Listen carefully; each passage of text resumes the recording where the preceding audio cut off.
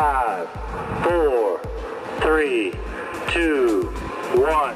Happy Monday, everyone. I'm Ted, and this is Ted's Take for the week of February 12th, 2024, covering Orange and Seminole counties in the great state of Florida. Before we get started, go ahead and hit that subscribe button, share this with your friends, let everybody know what's going on in our markets, because I got to tell you, there are definitely a few new things to report this week. New listings this week, 573. That is a 9% increase over last week's number of 526. Going back to August of last year, we saw that peak out at about 515 listings per week, and then kind of slowly dropped off over the course of the remainder of the year. So we're seeing those listings pick up, and I think that means that we are going to start seeing more and more homes entering the market. Now, in terms of what that means for homes that are actually leaving the market, because that's important. You put a home on the market, the expectation is that the home will sell. Now, last week we actually saw a slight dip down to 324 homes that closed out their transactions, but over the previous week's 404. That's a 20% drop. However, I don't think that that's necessarily a significant number. We will see probably on average about 376 to 400 homes closing their transactions out week over week. I think as the market increases, as more homes go pending, I think you're going to obviously see those transaction numbers go up as well. So speaking about pending numbers, let's talk about that real quick.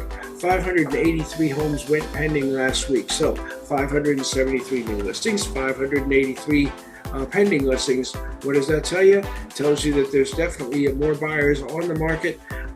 That is about a 1% increase, or about a 1% decrease actually over last week's 587. But again, that signifies a very, very healthy market. We're seeing again that nice balance: homes entering the market, homes going pending, homes leaving the market. On average, it's taking about 45 days to complete that whole process. And the median time is actually about 27 days. We did see that number peaking early on last year to up as many as 32 days, and now it's starting to fall back down into 27.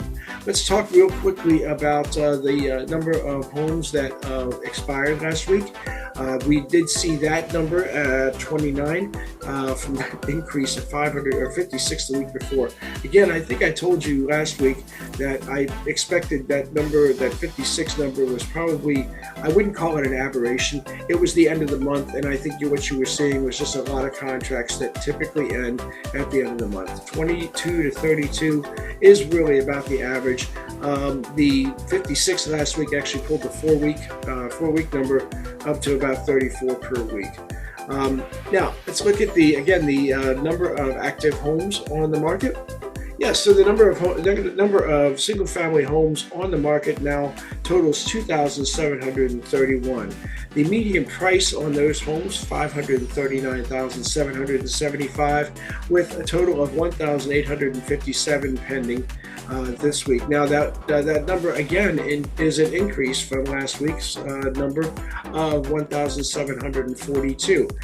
The median price for those pending homes, $480,229. The median price on those homes sold over the last 30 days, $565,750. All right, so, and again, the average number of days to close, that hasn't really changed. It's taking about 3 months to close out those transactions once they get started. And again, that's pretty normal. That's not really changing a whole lot. Total number of single-family homes sold over the last 30 days, 928. That is a 6% increase over the four-week reporting last week of 872. Over the previous 4 weeks, that average has been about 1,082. So we're seeing those numbers increase. I think we're going to see that number increase steadily as we go week to week, much faster than that median price. Now, one of the things that's going to drive this market, and I think it's going to drive it fairly significantly, are interest rates. Interest rates have been falling. They've been falling pretty steadily week over week. The indications that I'm getting from the lenders that I'm working with is that you can get an FHA or a VA loan down below 6%.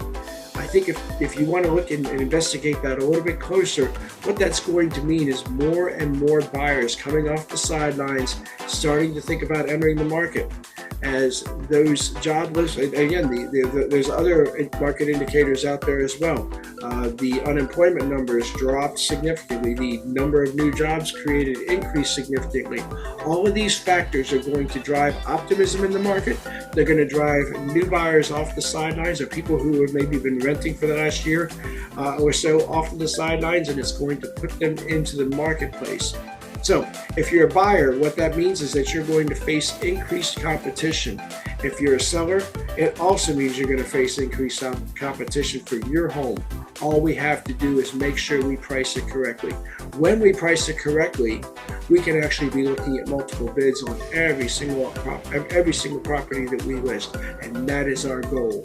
We price it right, we get multiple bids, you maximize your asking price.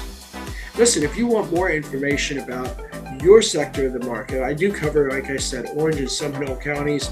That's a really, really, really big area.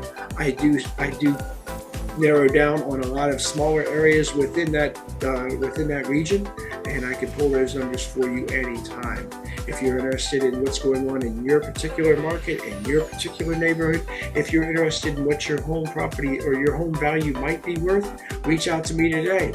It's no obligation. I'm happy to do it. It's a service that I provide, and I'm happy to do it. Listen, y'all have a great week. This is going to wrap it for this week.